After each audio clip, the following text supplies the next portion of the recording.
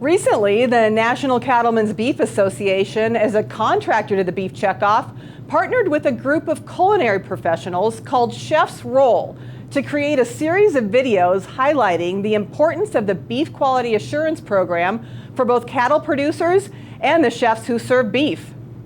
Each video follows a chef as they visit a cattle operation to learn how BQA practices are used to sustainably and responsibly raise high-quality beef. Here's a look at one of those videos.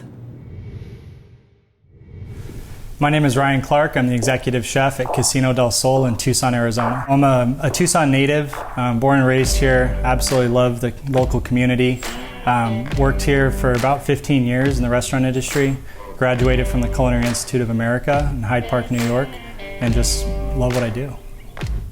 My name is Dean Fish, and I ranch here in southern Arizona near Nogales on the U.S.-Mexico border. Beef Quality Assurance. It's a program ensuring that beef producers do the right thing. And by the right thing is taking care of the health and welfare of their livestock and being part of producing a safe, wholesome beef product. Our signature dish is a dry-aged bone-in ribeye, and there's a reason it's one of our top sellers. We lightly rub local whiskey and then let it dry-age for 35 days. The intensity of the dry-age concentrates the flavor, makes the beef taste more flavorful, more tender, and more luxurious. The bone-in steak is cooked over cast iron heat, which creates a deep and even caramelized exterior. We finish the dish by basting the steak with an aromatic butter. The overused term farm to table is making a transition to chef to farm or chef to ranch. I think it's important that chefs visit the makers that they work with and see all the hard work firsthand. And my favorite part about touring the ranch was seeing the relationship that Dean has with the livestock. You can tell his passion and the care he has for the cattle go above and beyond. It's quite an amazing experience to see all the hard work on the ranch that brings beef to our tables at home and into our restaurants. Being a farmer rancher means that we have a responsibility to properly care for the livestock and the natural resources that we raise those livestock on. A chef to me it's a responsible position. You know, you're cooking for the public, and a lot of chefs don't think about nutrition, but we want to make sure that we're really fueling our bodies. Beef, it's what's for dinner. And joining us now to share the behind-the-scenes story of his time spent with Chef Ryan Clark is Arizona rancher Dean Fish. Dean, first of all, tell us about that cowboy ribeye that the chef cooked up. It looks like it was a steak to remember. Oh my goodness, that was probably the best piece of meat that I've had ever. And so it was really kind of cool to see behind the scenes, step by step, of how he created that. You know, I think sometimes, I mean, even myself being a beef producer as a consumer, I probably take for granted some of the efforts that go into, you know, that presentation and all the different flavors and all the different things that chef kind of put together there. What was it like working with Chef Ryan Clark to create this video?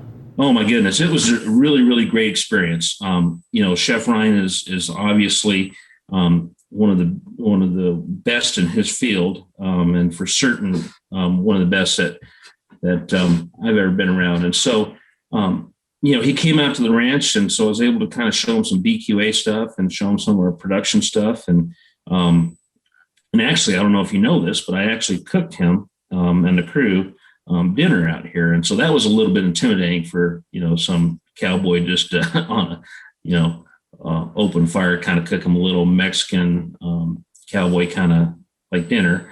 But anyway, he was very, very gracious. He had a lot of good questions, you know, had a lot of, you know, and so hopefully we gave him some good insight on how that beef is raised. And then he was so welcoming and so, he was such a good communicator. He talked about, you know, every step and, you know, how he selects the beef that he uses, how he prepares it, all of the different steps there. So pretty neat. I guess one of the big realizations for me, or one of the big eye-opening things for me, was the amount of creativity, you know, that the chef was able to demonstrate in that particular dish. Dean, what do you think Chef Ryan's biggest takeaway was in terms of beef production?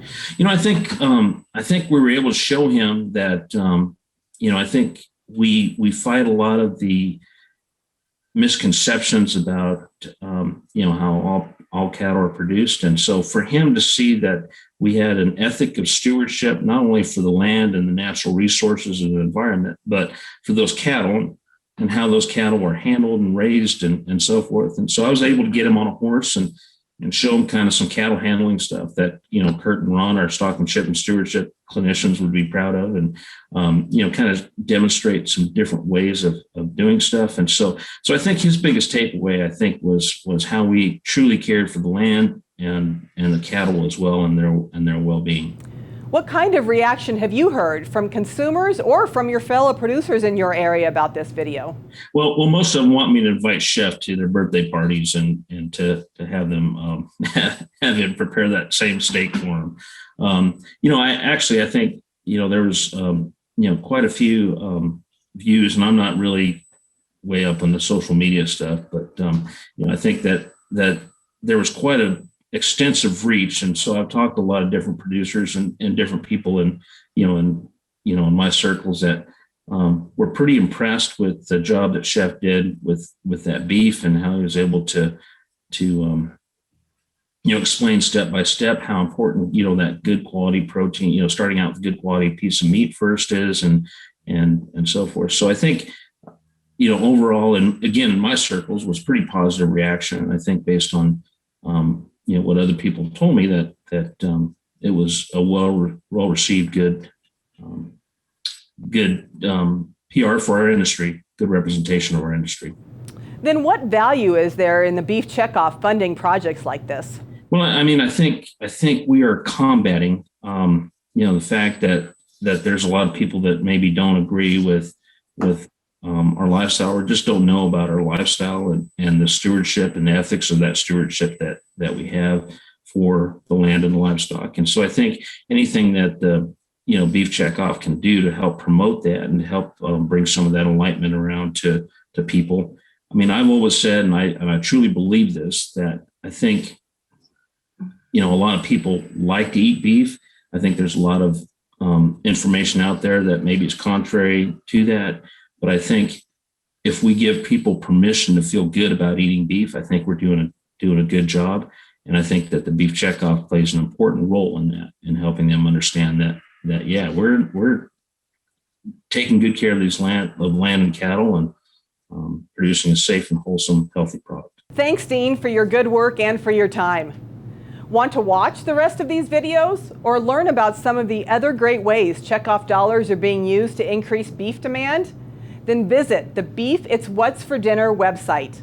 There you'll also find information you can use to talk to consumers about the value of beef.